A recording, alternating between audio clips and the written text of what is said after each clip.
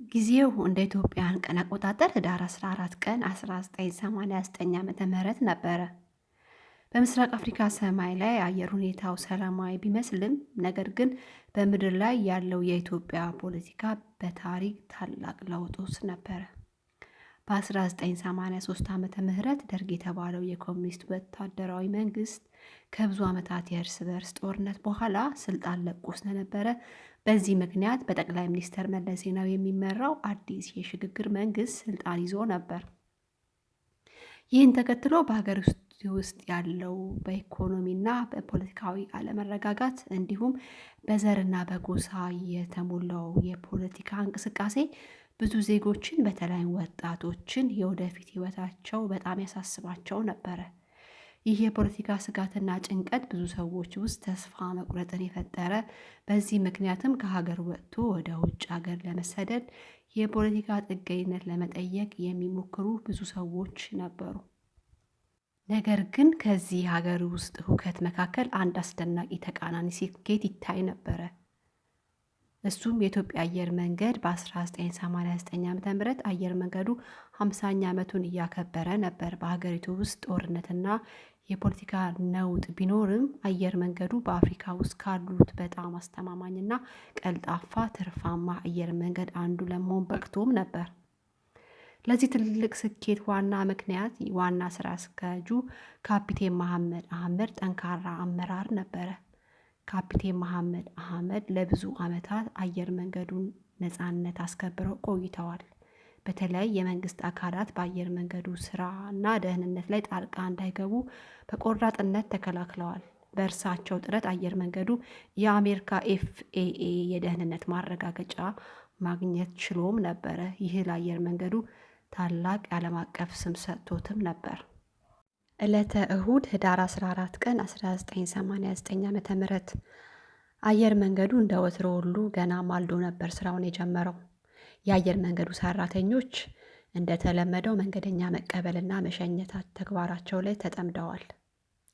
በዛ ቀን ከተመደቡ በረራዎች መካከል ኢቲ 961 ከአዲስ አበባ ተነስቶ በናይሮቢ ኬንያ፣ ብራዛቪል ኮንጎ እና ሌጎስ ናይጄሪያ ካቆመ በኋላ የመጨረሻ መዳረሻው አቢጃን ኮት ዲቯር ነበረ። ለዛን ቀን የተመደበው አውሮፕላን ቦይንግ 767 የተባለው ትልቅ አውሮፕላን ሲሆን የአውሮፕላኑ ዋና አብራሪ የነበሩትም ካፒቴን ልዑል አባተ ነበሩ። በሰዓቱ የ42 ዓመት ወጣት ጎልማሳ ሲሆኑ ከ11500 በላይ የበረራ ሰዓት ያላቸው ሲሆን ከዛም በፊት 2 ጊዜ የአውሮፕላን ጠለፋ አጋጥሟቸው ምንም ሳይጎዱ በሰላም ያሳረፉ ጎበዝ አብራሪም ነበሩ። ረዳት አብራሪው የ34 ዓመቱ ወጣት ዮናስ መኩሪያ ነበረ። እሱም ከ6500 በላይ በረራ ሰዓት ነበረው። በአውሮፕላኑ ውስጥ 163 መንገደኞችና 12 የበረራ ክፍል ሰራተኞች ነበሩ። እነዚህም የ36 የተለያዩ ሀገራት ዜጎች ናቸው። ከተሳፋሪዎቹ መካከል ታዋቂ ሰዎች ነበሩበት። ለምሳሌ የአሜሪካ ቆንስላ ጀነራል ከነባለቤታቸው እንዲሁም የአሜሪካ ሲአይኤ ሰራተኞችም ነበሩ። ከሁሉ በላይ ታዋቂ ተሳፋሪ ግን መሐመድ አሚን ነበረ። መሐመድ አሚን በ1977 ዓ.ም በኢትዮጵያ የነበረውን ረሃብ ለዓለም በማሳየት የሚታወቅ ታዋቂ የሚዲያ ባለሙያና ፎቶግራፈር ነበረ።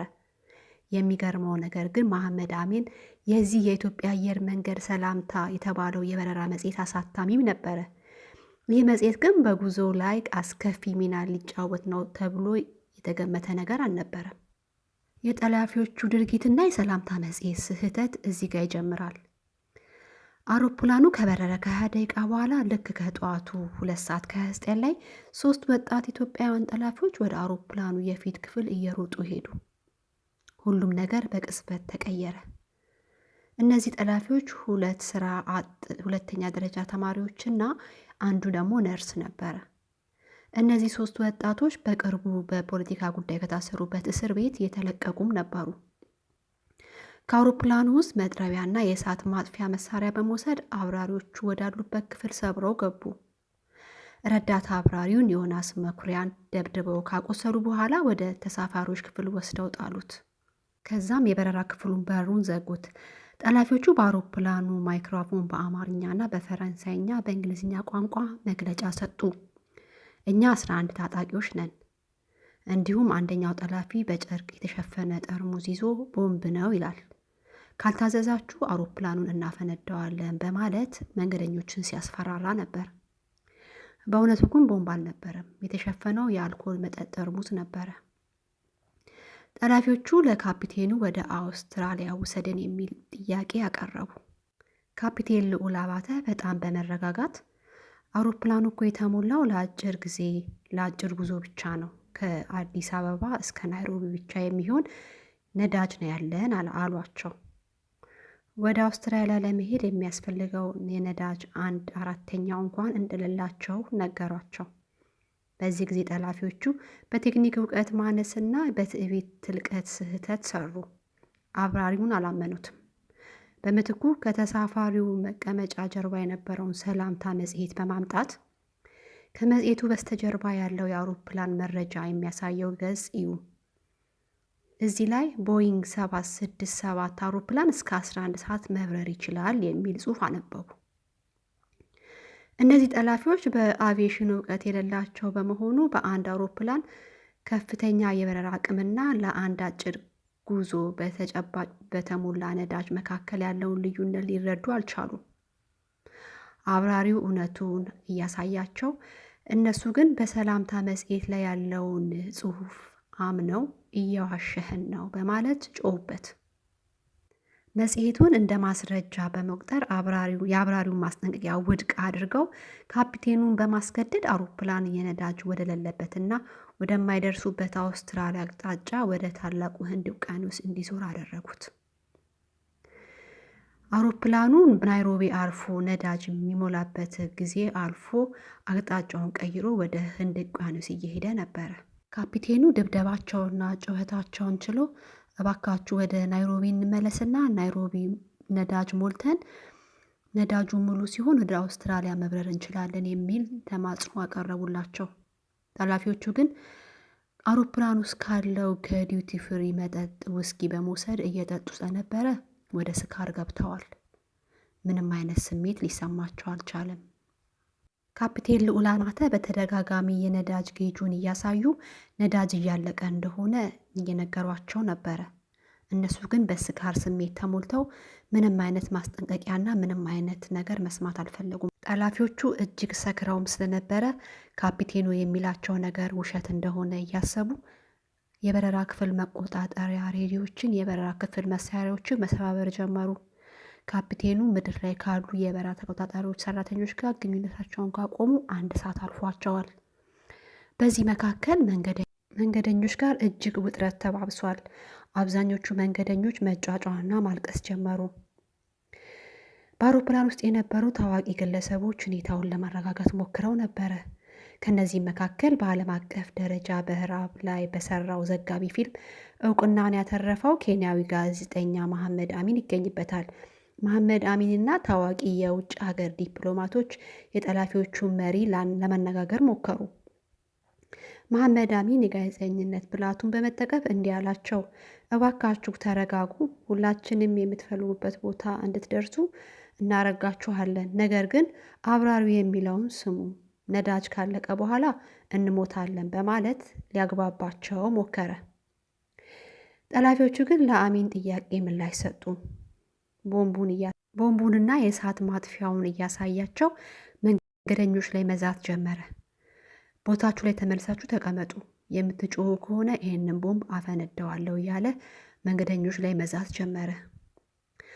መሐመድ አሚን ድርድሩ እንዳልተሳካ ሲያውቅ ወደ መንገደኞች ዞር ብሎ አውሮፕላኑ ውሃ ላይ ሊያርፍ ስለሚችል የህይወት አድን ጃኬታችሁን አዘጋጁ ብሎ በምልክት አሳያቸው። ሁለቱ አውሮፕላን ጠላፊዎች ነንባዮች የካፒቴኑ ክፍል ቁጭ ብለው ካፒቴኑን እጅግ ያስጨንቁት ነበረ። ከስካር ስሜት ጋር ተደማምሮ ያላቸው ጭካኔ እጅግ የከፋም ነበረ። አውሮፕላኑ እስከ 31,000 ጫማ ከፍታ ላይ ያለ የመጀመሪያው የቀኝ ሞተር ከጥቂት ደቂቃዎች በኋላ የግራ ሞተር በነዳጅ እጥረት ሙሉ በሙሉ ቆመ። አውሮፕላኑ ግዙፍ ተንሸራታች ብረት ሆነ። በኮክፒት ውስጥ የነበረው እውነተኛ ፍልሚያ ወደ ፍጻሜው የተቃረበ ይመስላል።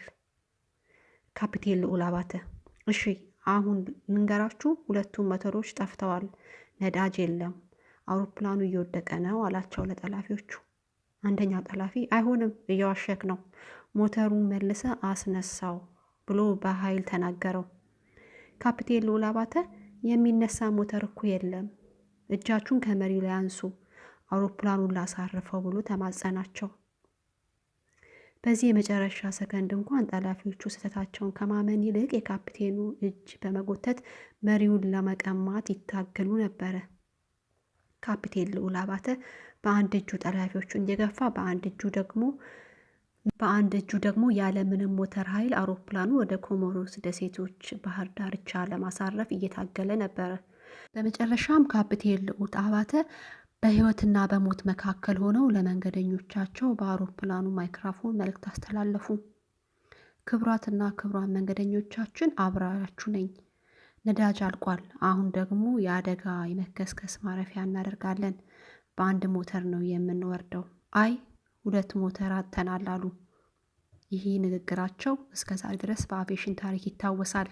በስተመጨረሻ በዚህ ሁሉ ጭንቅ ሰዓት የበረራ አስተናጋጆቹ መንገደኞች መሀል በመግባት የላይፍ ቬስት ወይንም የህይወት አድን ጃኬታቸውን እንዴት መጠቀም እንዳለባቸው ለመንገደኞች ሲያሳዩ ነበረ። አሁን ሁሉም ነገር ያበቃ ይመስላል።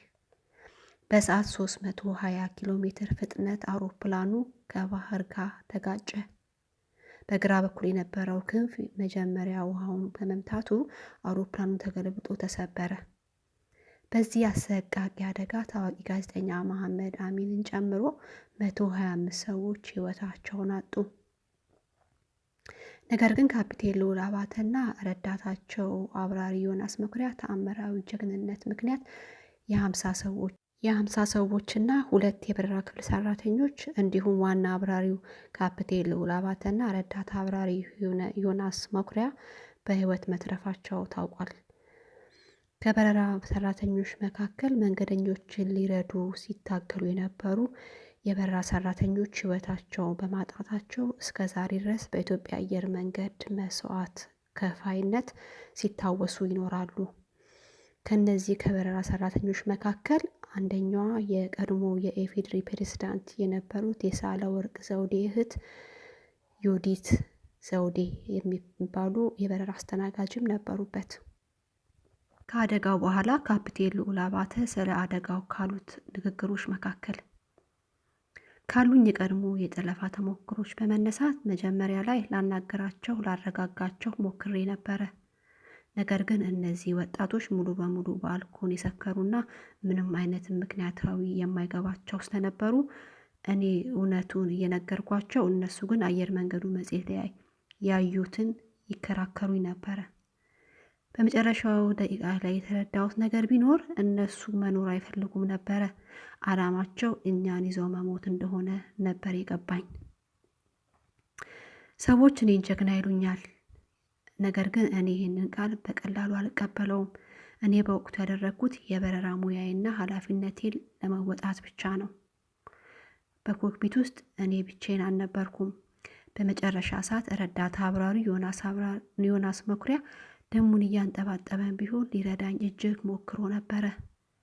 በዛ አስከፊ ሰዓት ውስጥ አብረን ያሳለፍነው ጊዜ መቼም አልረሳውም። የበረራ አስተናጋጇ የተናገረችው ጊዜው በጣም አስጨናቂ ነበረ። እኛን በጣም ያስፈራሩን ነበር። በመጨረሻ ሰዓት ካፒቴኑ አውሮፕላኑ ውሃ ላይ ሊያርፍ ስለሆነ መንገደኞች የህይወት አድን ጃኬታቸውን እንዲያዘጋጁ ንገሯቸው።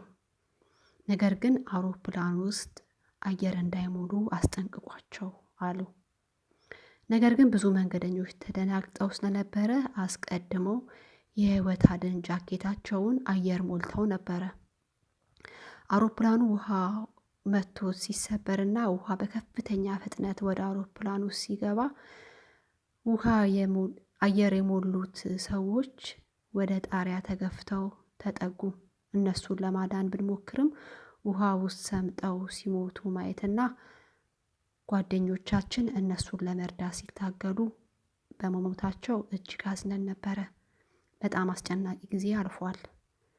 እስከ ዛሬ ድረስ ከጓደኞቻችን ጋር አብረን ይህን ጊዜ እናስታውሳለን። አውሮፕላን ውስጥ የነበረ መንገደኛ እኔ በህይወት ለመትረፍ የቻልኩት የካፕቴኑን ማስጠንቀቂያ ሰምቼ የህይወት አድን ጃኬቴን ቀድሜ አየር አልሞላውም ነበረ። ከጎኔ የነበሩ ብዙ ሰዎች በጥንቃቄ የህይወት አድን ጃኬታቸውን ቀድመው አየር ሞልተው ነበረ። ውሃው አውሮፕላኑ ሲሞላ ወደ ጣሪያ ተገፍተው ተጣበቁ።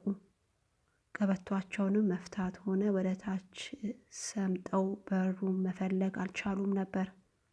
እኔ ግን ጃኬቴን አየር ሳልሞላ በወቅቱ በውሃ ውስጥ ሰምጬ በሩን ፈልጌ በመውጣት ቻልኩኝ። አውሮፕላኑ እየወረደ መሆኑን ስናውቅ በካቢን ውስጥ የነበረው ድባብ ፍጹም አስፈሪ ነበር። ሰዎች ይጮሃሉ፣ ይጸልያሉ፣ አንዳንዶቹ ደግሞ የቤተሰቦቻቸውን ፎቶ እያዩ እያለቀሱ ነበር። ሞት በዓይናችን ፊት ቆሞ ይታይ ነበር። ነገር ግን አውሮፕላኑ ከውሃ ጋር ከመጋጨቱ በፊት ባሉት የመጨረሻ ሰከንዶች ላይ ፍጹም የሆነ ጸጥታ ሰፈነ። ሁሉም ሰው በመጨረሻ ዕጣ ፋንታውን ይጠብቅ ነበር። እጅግ አስፈሪ ጊዜ ነበር።